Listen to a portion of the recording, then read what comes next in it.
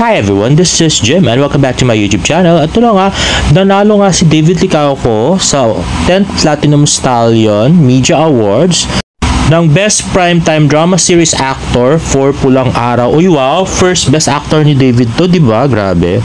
Congrats David. At pinost niya nga sa kanyang IG stories yan. At nanalo din ang Pulang Araw ng Best Primetime Drama Series at Best Primetime Drama Actress si Sanya Lopez. Best Supporting Actor si Epi Quezon. At Best Supporting Actress nanalo naman si Miss Rochelle Pangilinan. Ayun na nga. Sayang lang nga hindi niya kasama si Barbing nanalo, no. Pero anyway, kasi itong Platinum Stallion, ito yung yung inalalayan niya si Barbie nung nanalo si Barbie na. Nung nanalo sila ni Barbie, Best Actress si Barbie, Best Supporting Actor pa lang si David nun. So ito nga ay ang awards night nga ay gaganapin sa February 17, 6 p.m. sa Trinity University of Asia. Congratulations winners. At ito nga, very proud nga si Jean sa First Actor Award ng Kuya at saka pati si James. At pinost naman ng GMA Sparkle Artist Center ang nominations nila. So TV Actor of the Year, Primetime nominee for BP Choice Award si David Licauco. Tapos Best Drama Actor for Pulang Araw nominee sa 38 Star Awards for Television si David Licauco. Best Actress Pulang Araw nominee si Barbie Fortesa sa 30th Star Awards for Television. At sa BP Choice Award, TV Actress of the Year, Primetime nominee Pulang Araw, Barbie Fortesa for BP Choice Award. Ayan na nga, Kapuso Photo Wall na inaugurate ngayon sa GMA Network. So, ay oo nga, no. Minsan kaya pag pumunta ako dyan, pwede kayang pumasok at tingnan lang to, no. Grabe. May ganun kaya, no. Ayan na nga. So, si Dennis, ayan si Andrea, si Max Collins, si David Don, ayan si Hart, si Alden, si Carla, si Barbie, si Julie, si Gabby, ayan si Boy Abunda, tsaka si Rochelle do sa dulo, ayan si Jillian, si Miguel, si Bianca, si Ruru, si Gavi, at si Kylie. Ayan na nga yung picture ni Miss Barbie Fortesa. Para dyan pala yung bulaklakan niyang dress nung minsan. At yun na nga, nag-post si Rayber Cruz at saka si Miss Julianne San Jose. Ayun yung picture ni Barbie sa taas. At next naman ay post ng David Troops, POV, batang may birthday na nagbubukas ng gift niya, si David Licauco. At in-IG story nga to ni Tita Eden. Let's watch this. Ayan na nga si David. At yan si Girly. At saka yan yung nag-birthday. Ayan, may customized Funko Pop sila. Ayan, si Carding pa yung napili nila talaga. Mas maganda sana kung Fidel, no? Pero hindi. Maganda din naman yung Carding. O kay Hiroshi na sana, no? Yun, no? Pinagmalaki niya dun sa kanyang bayaw. At yun na nga. So, inayos ni ni Ate Ilan niya.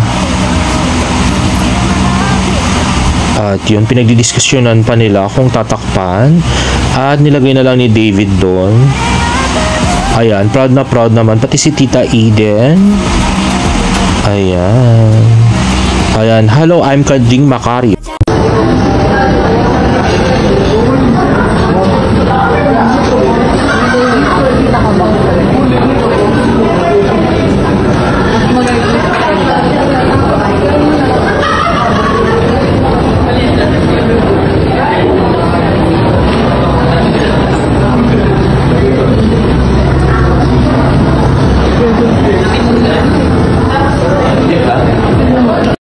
At next naman ay post ni Direct Mark Reyes. Congratulations David Licauco for your new Sobra Kape at Opus Mall. You guys should try the very generous servings of the Tapa Bowl and Bulgogi Bowl.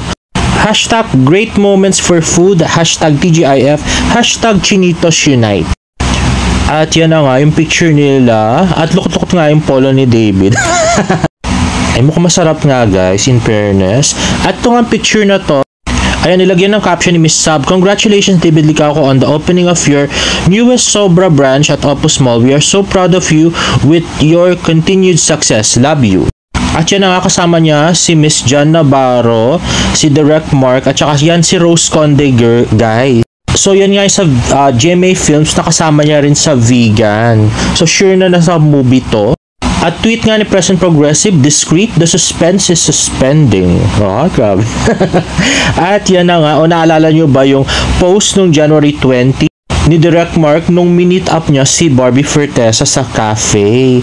At mukhang ito nga yung piniprint nila nung minsan sa tweet ni Sur, yung script ng Moments of Love. At post nga ng Kapuso United, it's official, Barbie Fortesa and David Licauco to star na upcoming GMA Pictures movie Moments of Love on Borrowed Time. At ito nga guys, kaka-post lang a few minutes ago, Life's Been Great post ni David Licauco. Ayun na nga yung muscles, yung braso, at saka yung may veins, di ba? Grabe. At yan nga, the very cute David Licauco. O, di ba? In shades. At ito naman sa sobra yata to. Ayan, yung sa counter, si David. At ito naman yung sa Hong Kong. Ayan na nga, karga-karga si Jimin with his family. At ito naman ay sa gym. Ayan na nga. Super lakas na si David. At ito, kuha to ni James. At si Baby Jimin.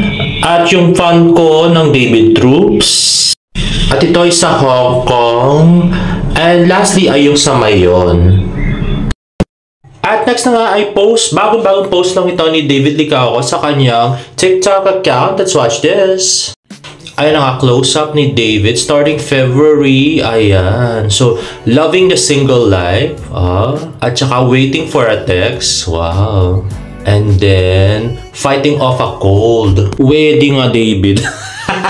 Kinikilig-kilig ka pa lang dun sa dun sa TikTok live. Sabi nga ni kay Dawat nga kumpleto na kung ano yung mga gagawin niyo Anyway, at ito nga yung IG story ni Sir Nathan, ang napaka-cute na standee ni David, o diba, sa Oppo sa SM City Marikina. At next naman ay post ni Ken Clark Lewis, always proud of you David Licauco. Ayan na nga, so ang dami niyang picture. At nirepost pa to ni Tita Eden. Ayan na nga.